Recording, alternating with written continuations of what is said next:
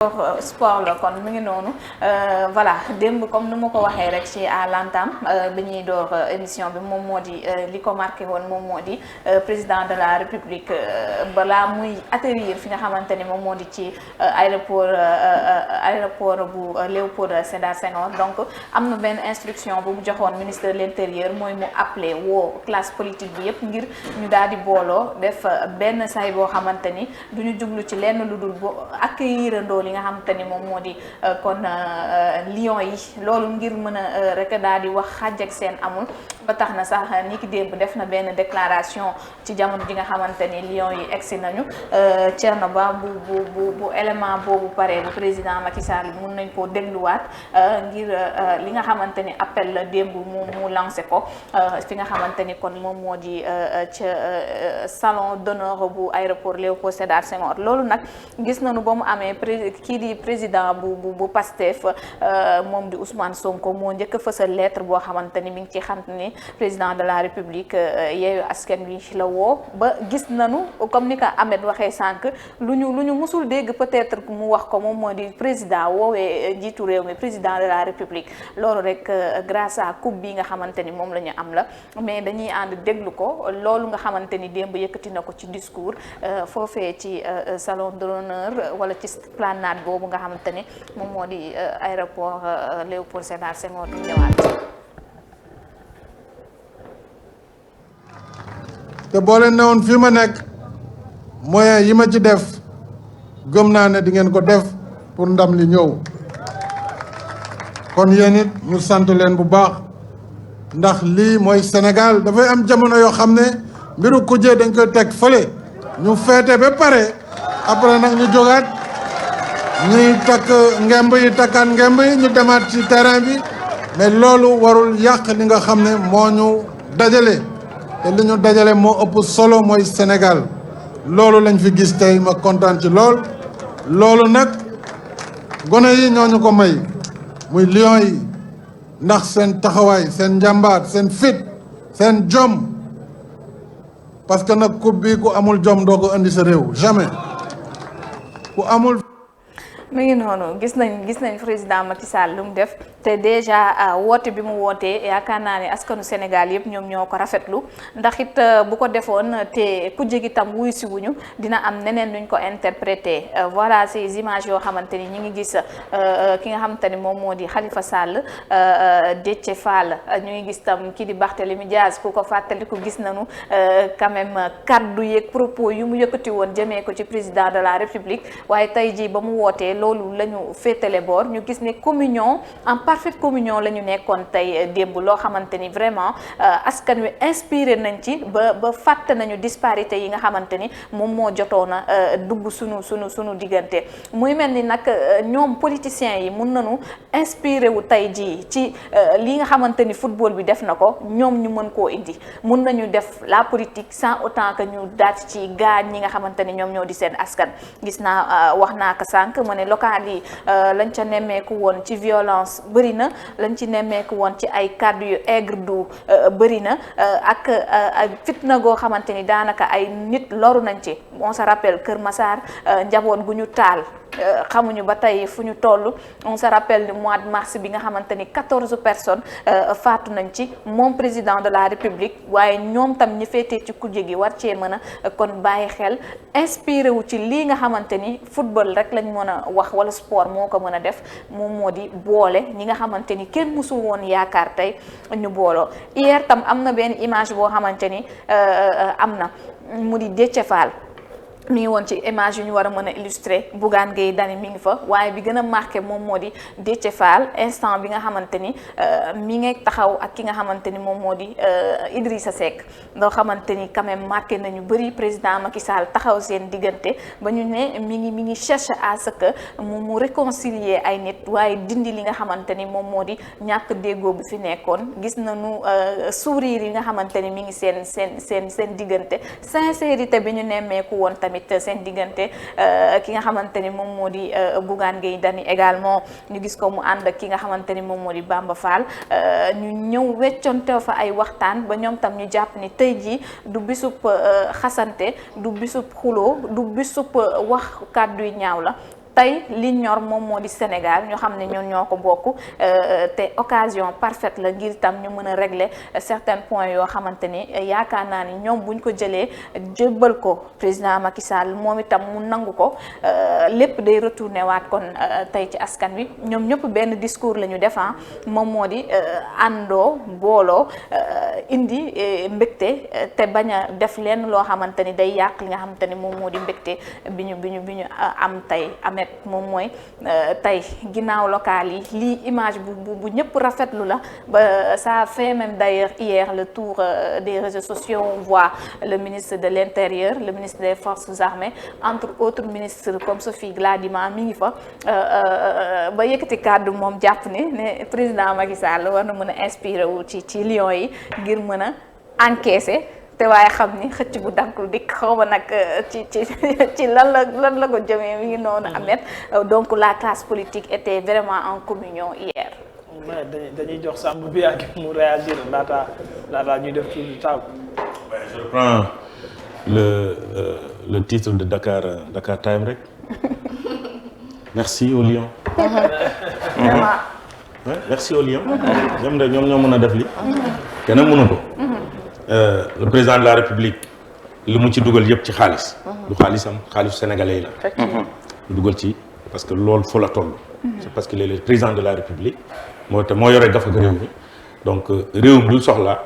da nga ko war a décaisser nga def ci. ñu ngi dem donc du ci mbaaxam du ci daram ci en tant que président de la République. wareefam la def. opposition ba tamit bu fa nekkoon même chose la ñuy def. du seen xaalis du seen mbaax waaye. parce que yàlla moo leen ko jébbal donc faaw ñu def ko leneen aussi mooy ñu bañ a rek profito ci li nga xamante ne moom mooy la victoire des Lions bëgg indi yeneen coup politique après dafa yàq parce que nañ ko waxte de une équipe nationale c'est une équipe nationale c'est une équipe de tout le monde ce n'est pas une équipe de l'opposition ce n'est pas une équipe du pouvoir c'est une équipe nationale ñu bañ ci dugal raxal trop politique parce que li ñu def nii c'est très bien yaakaar naa ne dina fi yem et que les cœurs vont se retrouver pour que mu jeex mais ñu bañ ci lal leneen buñ ci lalee leneen dafay yàq parce que dans quelques semaines ñu ngi am un autre match qui est très important et c'est contre l'Égypte et je voudrais vraiment en profiter pour dire moi je ne serai pas d'accord nee nañ dañ koy jouer au niveau du nouveau stade moi je ne suis pas d'accord dama jàpp ne tey le contexte fait que on ne doit pas jouer ce match là-bas parce que xam nga tracer l'histoire créer l'histoire c'est très facile et l'histoire aussi fu ma mën a dugg rek lay wër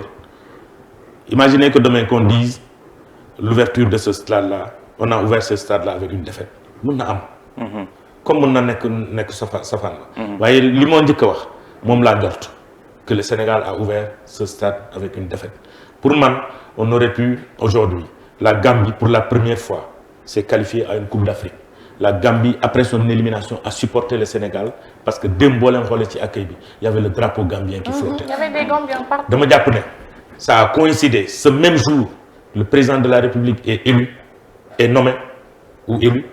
en tout cas ou désigné président de l'Union africaine à mon avis dafa waroon créer un tournoi de l'amitié à Dakar qui est le stade accueille ce tournoi de l'amitié même qui pourrait porter son nom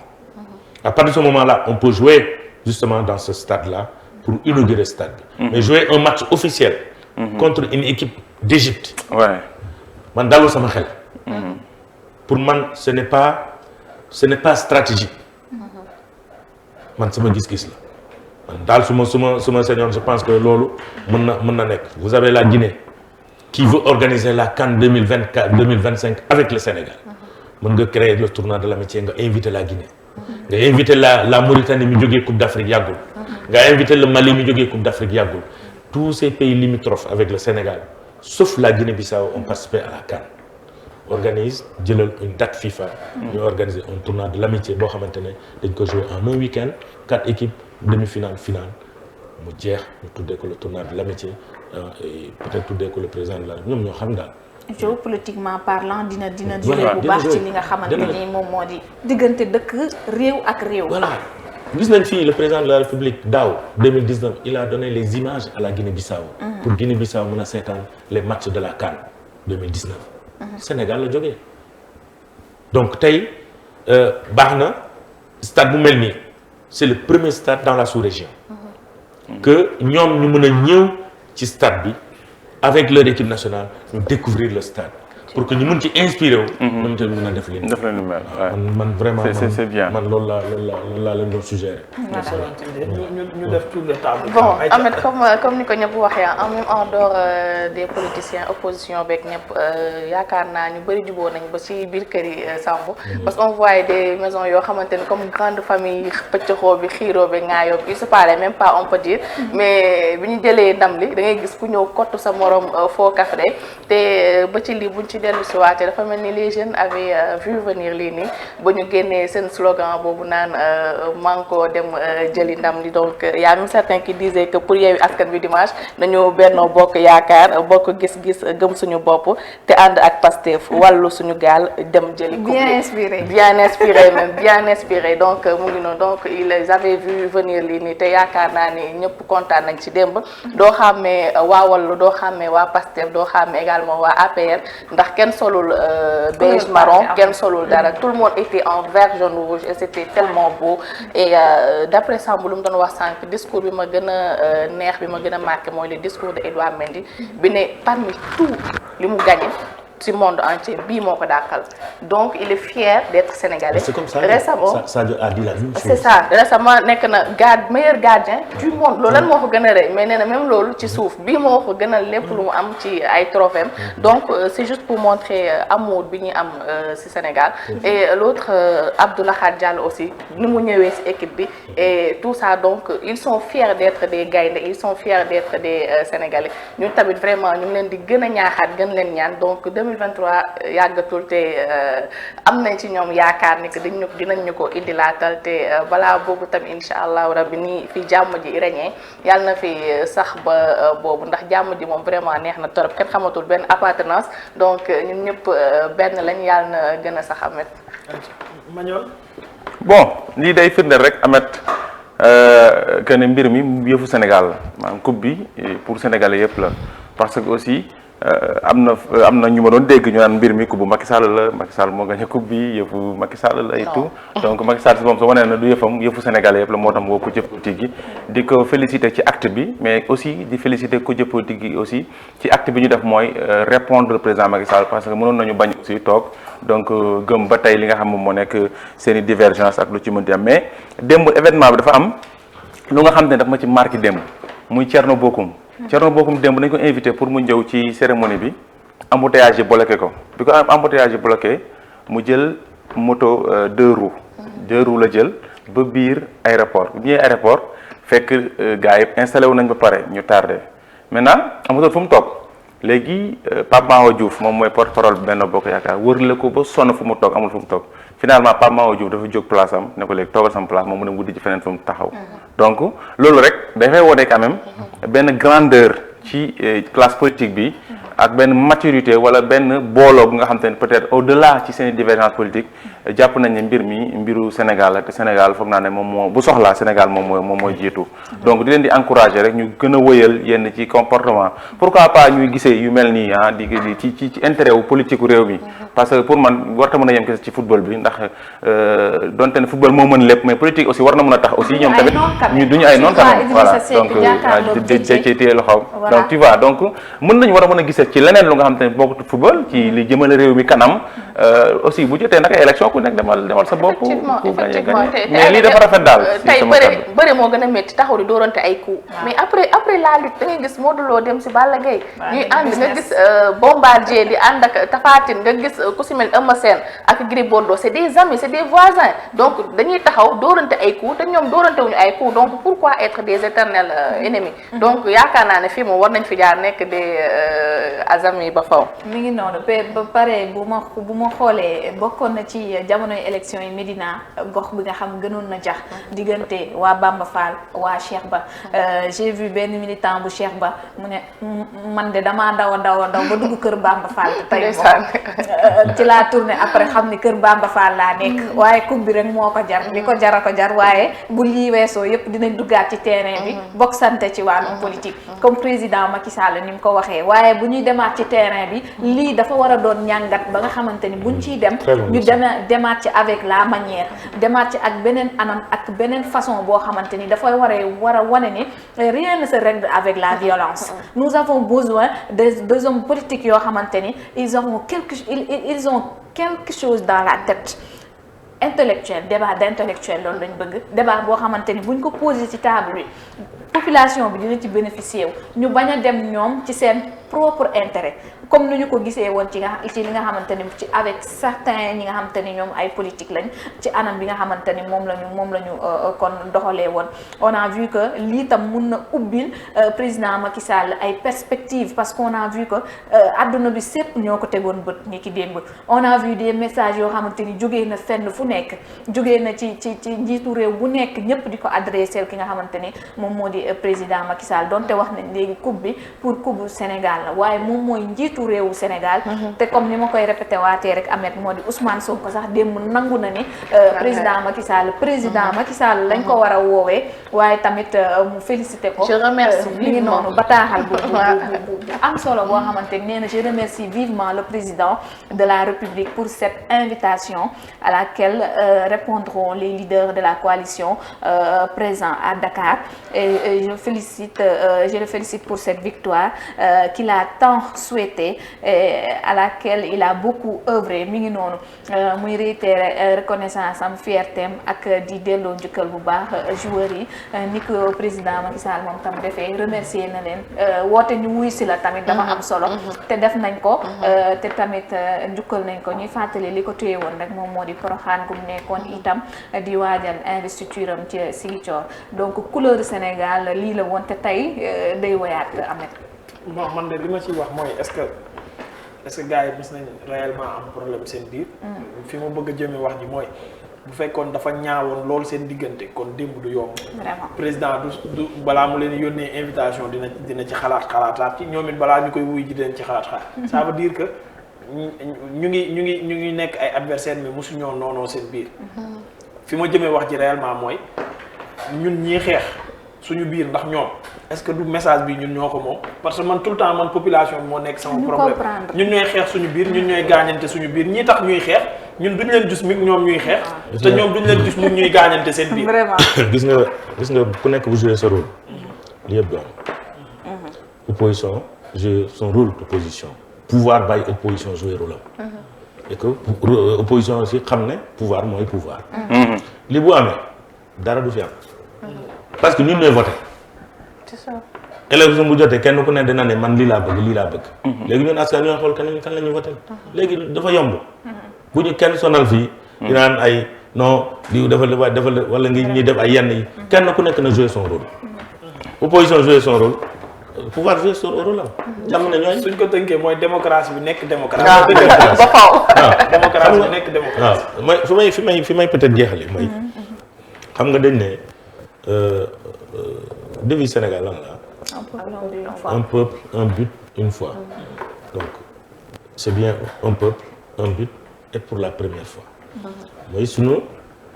devise ça dafa am ay premier ay mbir yoo xamante ni dafa nekkoon tax na man ma gëmoon ko foi bi taxoon na man ma gëm foi moo koy gagné et pour la première fois parce qu'on a dit une fois deuxième bi mooy 92 Cameroun moo ñu ko xañoon fii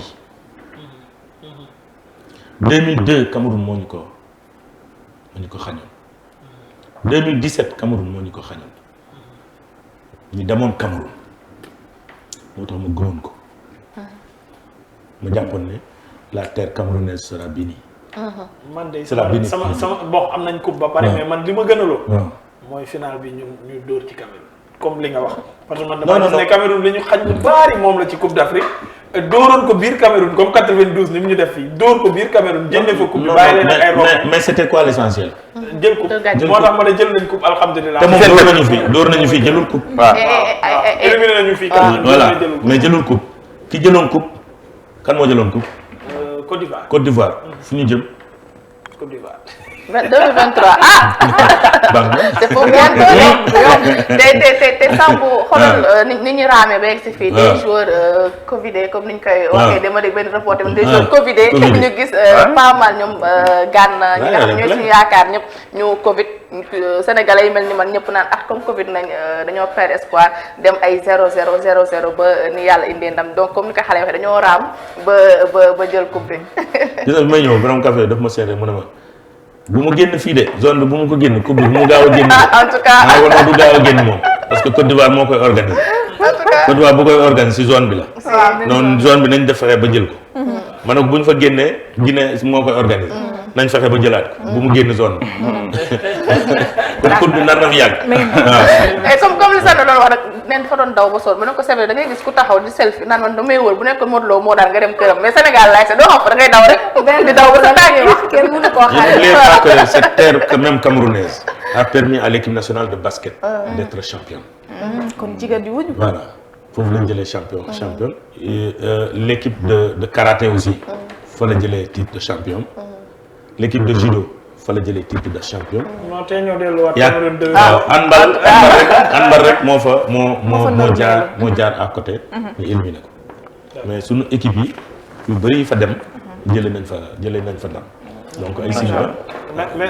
merci beaucoup déterminant ci message bi ñun ñëpp nañ ko jàpp. ñu xam ne àdduna lépp comme ni ñu koy waxee jàmm la ak teraanga. leneen loo ci def lu dul loolu ëllëg yow yaa koy wéetoo ba pare yaa ciy am gàcce moo tax démb dama ne président bi woote na naam am na ci njukkal guñ ko ci war a dellool mais ku woote ñi la wuyu tamit ñooñu am nañ njukkal buñ ko war a dellool bu leen neexoon ñu ne duñ dem wuyu ko wóorul c'est message boobu nag damaa bëgg ñu ñëpp ñu jàpp ko ñu ngi jëm ci législative yi image bii nii ku nekk na ko yor xam ne jarul xiiroo jarul ŋaayoo jarul rayante ndax ëllëg dañuy tasewaat ci benn mbir boo xamante ni faw ñu siggi xoolante te loolu lu bat a bàyyi xel man loolu laa ci jàng te ñun ñëpp lu ma sañoon ñu jàppee ko noonu ba ëllëg benn violence ñu bañ ko fi tamit ma dooli la si local bi yàggul bu mu jeexee am na ñoo xam ñu ngi ci hôpital ba tey ndax yi te démb on a vu ces images violence bu amee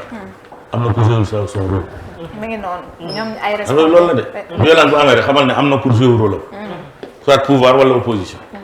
Les responsables se sont partagés quand même ci li fi xewoon ñëpp te ñoom yaakaar naa ils sont conscients de cela mais Ahmed j'ai beaucoup apprécié Bougane moom rek moo fi ñëw avec le maillot te ñoom ñëpp dañu naan yaa le Saloum là ki gagné mairie Kaolack Serigne Boub Serigne Boub Serigne Boub voilà Serigne Boub aussi avec son maillot waaw maillot bu blanc la sol waaw nga xool la gis nga. mënoon nañ ñëw ak ay tenues traditionnelles yu rafet xam ne Sénégal moo jël sàmb bi yaa pourquoi pas ma yoon. pourquoi pas mayo sax waay sol vestiaire yi dañoo ñëwee vestiaire yaakaar ko ma jóg waaw c'est une très longue histoire waaw dëgg waaw. bàyyi ma noppi quoi bàyyi ma noppi. ak bëgg nguur wax ci bëgg nguur ñii dañoo bëgg nguur ak ñoo ci pouvoir démb sama téléphone laa yor di leen xool ma ne ay sama xarit yi di xool seen statut yi ñoom ñëpp di selfie ci salon d'honneur yi kontaan nañ le fait que président woo leen démb maa leen di tooñ di lii selfie moom di dugal statut non toolu nag lu ne mën nga koo wax président de la république waaye il restera président de la république mën nga koo xas parce que da ngay opposé wu mën nga koo doyodal mën ngaa fexe sax ba waa ji insignifiant mais bis bu la woowee ne c'est le président de la république démb moom feeñ na seen statut yi xool naa ko ma ne sama gars yi gis nga lii nag kontaan nañ gis nga lii xam nga lii li mu def nii man balaa ma koy gën a gëm et que mu nekk tache d'huile mooy que le trophée là soit mu invité le président Abdoulaye Wade wala président moom mu dem ci président de la république Abdoulaye Wade jébbal ko trophée bi ku ko mérité fekkee parce que nañu waxte de sport bu tolloo fii Abdoulaye Wade la joué na ci un rôle important bu njëkk ba suñu équipe nationale bu ñuy jógee fii salon d'honneur stade Léopold Senghor bii la ñu regroupé wala stade Demba Diop gii la ñu regroupé wala ñu naan amul passe amul pour équipe nationale voyage wala équipe nationale bu voyagé ñuy fa nekk di xeex parce que tout simplement hôtel bi fay wala vol yi di escale ba ñu sonn wala ñu ñëw ñu dem ba foofu ñu naan prime amul du ñu joué ñu bëgg a boycotté Abdoulaye bi mu ñëwee daf ko dindi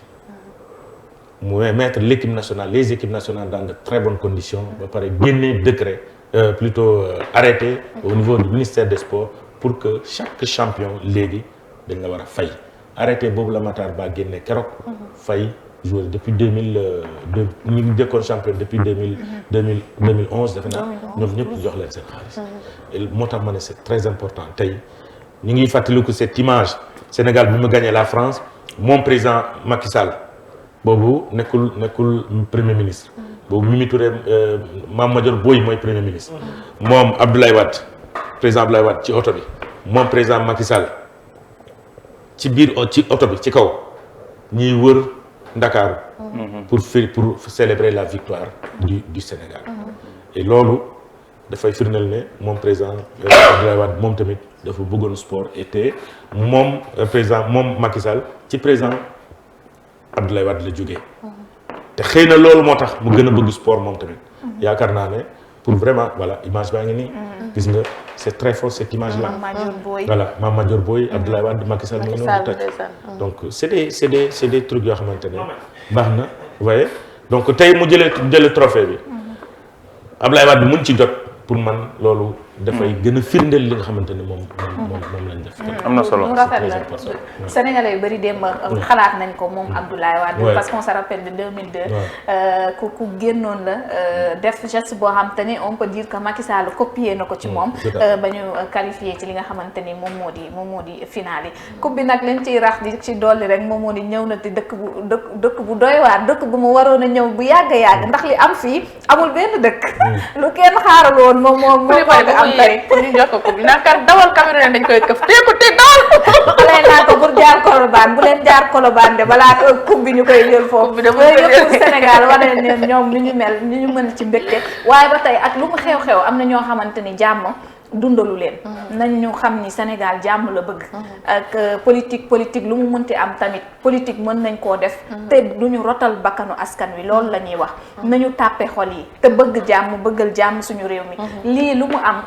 am na ñu nekk seen ay clavier démb may gis commentaire yoo xamante ni vraiment neexuma parce que kontaan nañu ci union bi nga xamante ni am na donc nañu def ni Ousmane Sonko ak ni Macky Sall def keneen ak keneen ñoo xam ni Sénégal suñu Sénégal te ñun ñëpp loolu vraiment 1% lañ 1% lañ ñu ma naqari woon la may gis ay sénégalais yuy def réaction yo kontaanuñu ci daje bi am xaw ma ñooñu naka laa leen mën a qualifier. waaw mooy nitu ay rek xaw ma vraiment. non mooy bi imam